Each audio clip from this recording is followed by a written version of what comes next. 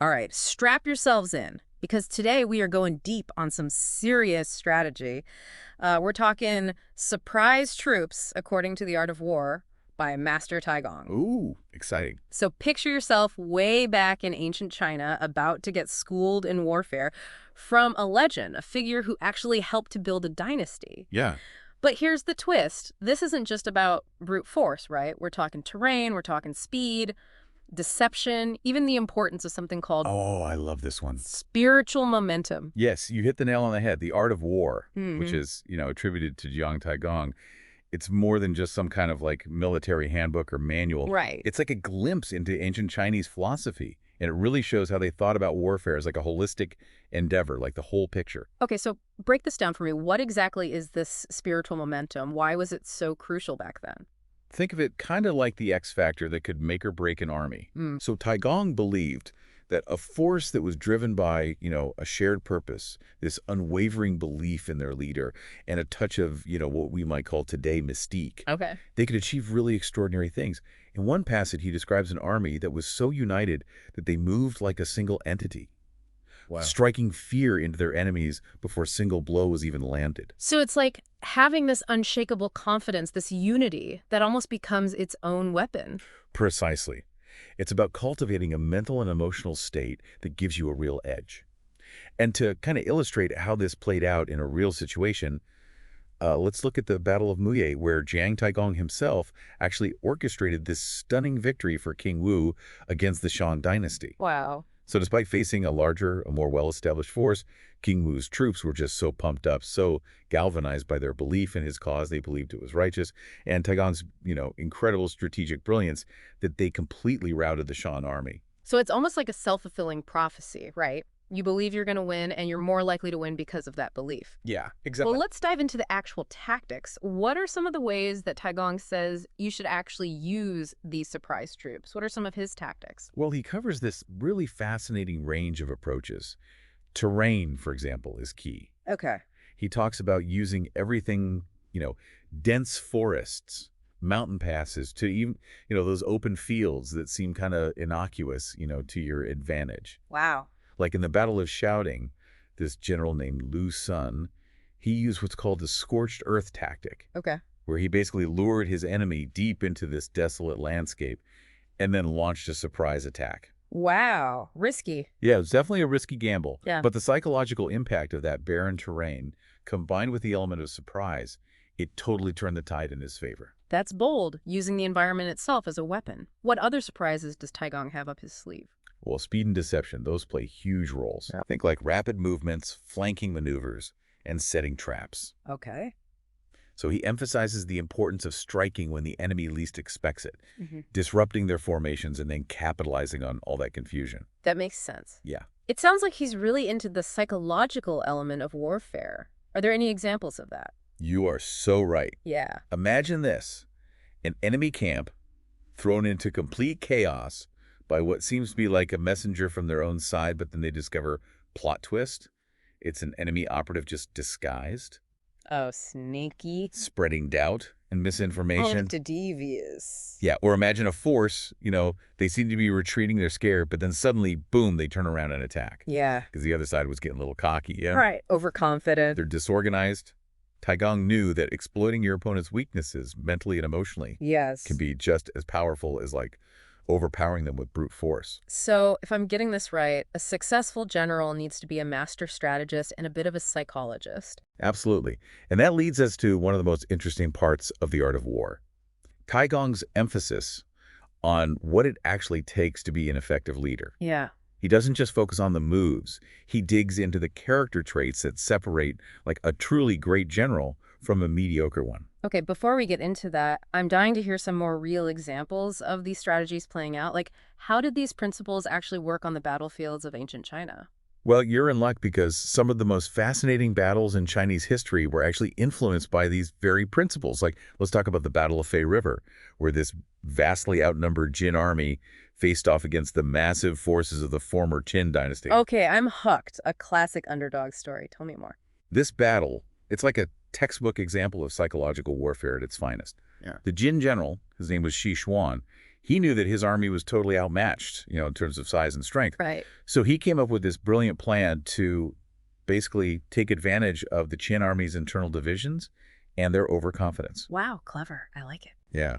Shi Huan, he started by, spreading all these rumors about, Jin reinforcements, and he even, orchestrated a fake retreat Oh, tricky, tricky. just to draw the Qin army deeper and deeper into enemy territory. So he's setting a trap, Exactly. using the terrain to his advantage. But how do you get a massive army to just walk right into a trap like that? That's where the psychological part comes in. Right. Shi Huan, he knew that the Qin army was actually made up of all these different groups, right? Mm-hmm. And they had varying levels of loyalty. So Okay. he told his soldiers to shout taunts and insults, right? Aimed at kind of stirring up trouble among the enemy ranks. So he's turning them against each other. Yeah, exactly. Wow, clever. And here's the really brilliant part. As the Qin army's hesitating, right? Shi Huan sends this small detachment across the river, Huh. to provoke a little skirmish. Wait, hold on. He's sending his own troops into enemy territory? That sounds incredibly risky. Oh, it was a calculated risk for sure, Good. but it paid off big time. So this small Jin force, they pretend to panic, right? And they retreat back across the river, Okay. making it look like a full-blown rout. Okay. The Qin army, they're so eager for this easy win, and they're all riled up, from all the discord that Ji Xuan had been, so carefully creating. They just surge forward in this chaotic pursuit. So they totally fell for it. Oh, yeah, hook, line, and sinker. Wow. They were so focused on this, supposedly fleeing enemy that they totally missed the Jin defenses that had been carefully prepared on the other side of the river. Oh. So as the Qin troops are pressing forward across the Fei River, their formations just completely fall apart. They crumble. Oh, no. And the Jin army, they're in the perfect position, and they're fueled by this, surge of confidence. They just unleash this devastating counterattack. That's incredible. It sounds like something out of a movie, this mass of soldiers just panicking and getting routed by this smaller, more disciplined force. It's like a real testament to how effective these psychological tactics can be. It's not always about brute force. Exactly. It's about outsmarting your opponent, using their weaknesses against them. You got it. And that's where those qualities of a general that Taigong talks about, they become so important. Right. It takes a leader with incredible foresight, composure, and an understanding of human psychology to pull off something like that. Okay, so now I'm really curious about these leadership qualities. Yeah. You mentioned before that Taigong, he doesn't just focus on tactics, right? He goes deeper. Yes. He talks about the character of an effective general. Yes. So what exactly is he looking for in a leader? What makes a great general, according to him? So he lays out this really interesting set of 7 qualities that he thought were super important for success in warfare. Oh. And honestly, they're pretty applicable to leadership in general. Oh, okay. So the qualities are compassion, courage, wisdom, clarity, meticulousness, vigilance, and forcefulness. Yeah. Wow, that's a long list. Compassion. That's interesting. You wouldn't necessarily think of that as a top priority for, a military leader. Yeah, it might seem a little counterintuitive, but Taigong, he realized that a compassionate leader, they inspire loyalty and trust among their troops. Oh, okay. It's about caring for their well-being, understanding the sacrifices they're making, and motivating them to fight for something bigger than themselves. Okay. Remember that spiritual momentum we were talking about earlier? Yeah. A compassionate leader, they play a huge role in cultivating that. So it's not about being soft or weak. It's more about creating a strong bond between the leader and the people they're leading. Precisely. It's about creating an environment where the soldiers, they're willing to fight not just because they have to, but because they genuinely respect and admire their leader. Okay, that makes a lot of sense. Yeah. What about the other qualities? Like, how do those fit into the picture? Well, courage, that's obviously a big one on the battlefield. Right. But Taigong goes beyond just physical bravery. Right. He's talking about that mental toughness, that strength to make hard decisions when things are crazy, to stand firm when things are falling apart, and to inspire that same courage in others. Wow. Okay. Then you've got wisdom, which is all about seeing the whole picture, Okay. anticipating the enemy's moves. Planning ahead. Yes, planning strategically and being able to change your plans when things change on you. So he's describing someone who's not just a brave warrior, they're a strategic thinker. Yeah. They see the big picture and they make smart choices even when things are difficult. Exactly. And then you've got qualities like clarity, Mm, which is about communicating effectively and giving clear orders. that makes sense. Meticulousness is super important for planning logistics and making sure that you've got all your bases covered. Okay. Vigilance is about being aware of what's happening around you and being ready for anything. Right. And finally, forcefulness is that ability to act decisively and get your troops to take action. Okay, so I see how all of these things work together to create a really strong leader. Yeah. It's not enough to just be brave or just be smart, right? You need all of these You traits need the whole package. to be truly successful. Exactly. And what's really cool is that these qualities aren't just for generals on a battlefield, right? Right. They're important for leaders in all sorts of situations, business, politics, even in your personal relationships. That's a great point. It's like a blueprint for being a good leader no matter what you're doing. Exactly. Now, I'm sure our listener is dying to hear even more about how these strategies played out in ancient China, right? What other battles can you tell us about? Well, you can't really talk about surprise tactics in ancient China without mentioning the Battle of Red Cliffs, one of the most famous naval battles ever. Ooh, yes, I've heard of that one, but I'd love to hear your take on it. Yeah. How did these ideas of surprise and deception come into play there? This battle, it was between the allied forces of Liu Bei and Sun Quan against the much bigger army of Cao Cao, who was trying to take over all of China. Okay, ambitious. Yeah, the odds were totally stacked against the Allies, but they had some tricks up their sleeves. Oh, boy, I like it. They were drawing inspiration from those principles in the art of war. Okay, I'm all ears. What did they do? First, they used the terrain. Okay. So they knew that Cao Cao's troops were mostly land-based, right? Right, not sailors. And not that familiar with fighting on the water. Yeah. So they lured them into this narrow strait on the Yangtze River. Okay. And then they used deception. Ooh, sneaky. They pretended to be, ready to surrender. They sent this small group of ships towards Cao Cao's fleet. Yeah. But the ships were full of flammable stuff. Okay, this is starting to sound like that fire attack you mentioned earlier. Yes. They were going to use the wind, right? You got it. Just as the wind shifted in their favor, boom, they set those ships on fire, Oh, man. creating this massive inferno that just swallowed Cao Cao's fleet. Wow. The chaos and confusion that allowed the Allied forces to launch a huge surprise attack. It worked. Oh, yeah, they crushed Cao's navy and basically ended his campaign to conquer southern China. What a brilliant move. It's amazing how terrain, deception, and timing, they all came together to create this huge victory. Yeah. It really shows that it's not just about having a strong army. It's about knowing your enemy and knowing how to use their weaknesses against them. And what's fascinating about the Battle of Red Cliffs is that it wasn't just a military victory.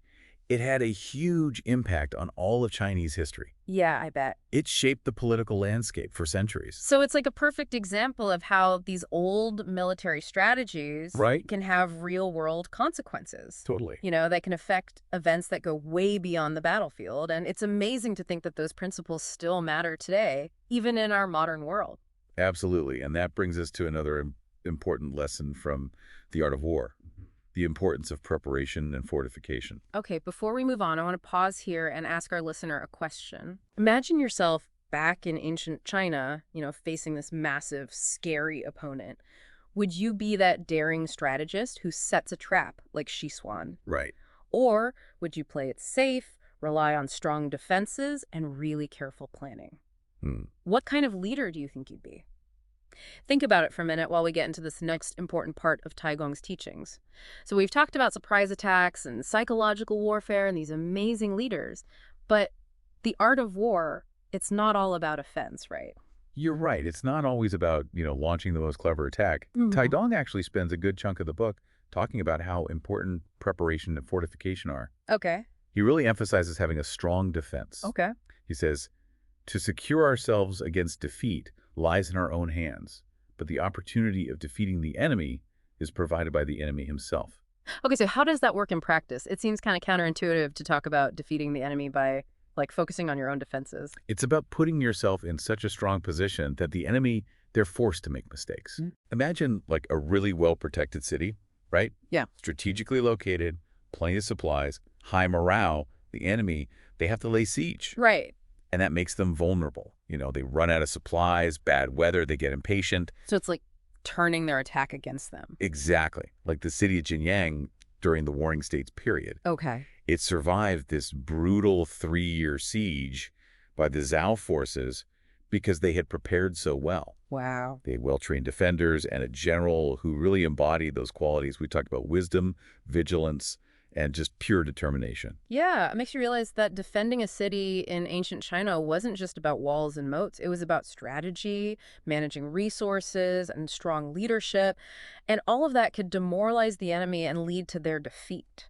Absolutely. And this idea of preparing carefully and fortifying your position, it's not just for warfare, you know? Right. Think about how it applies to us today. Yeah. Whether you're getting ready for a big presentation, building a solid financial plan, or even, just working on your mental toughness. Right. Those principles still hold true. So it's like creating a solid foundation for yourself, knowing what challenges might come up, and being ready for anything, right? Exactly. Now, before we wrap things up, I want to touch on one more idea from the art of war that I find really interesting, knowing when to fight and when to walk away. Yes, that's so important. It's a crucial part of strategic thinking that people often miss. Yeah. Taigong says, supreme excellence consists of breaking the enemy's resistance without fighting.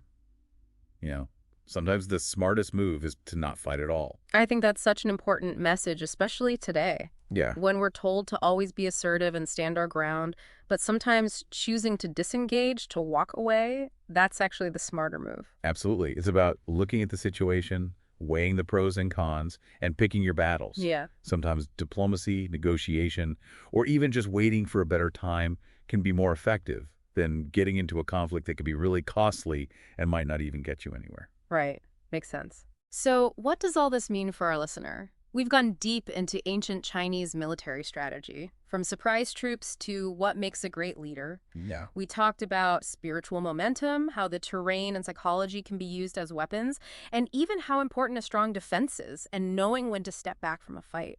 If you think about all of this, remember, The Art of War isn't just some old book. It's a timeless guide to thinking strategically, with principles that you can use in any situation where you're facing challenges, competition, or you need to make big decisions. And if you're looking for a way to improve your own strategic thinking, I definitely recommend checking out The Art of War. You might be surprised how relevant it still is today.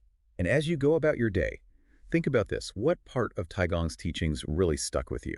What principles can you apply to your own life, whether it's in your career, your relationships, or even just your own personal growth? The answers might surprise you. That's all for our deep dive into the art of surprise troops from Master Taigong's The Art of War.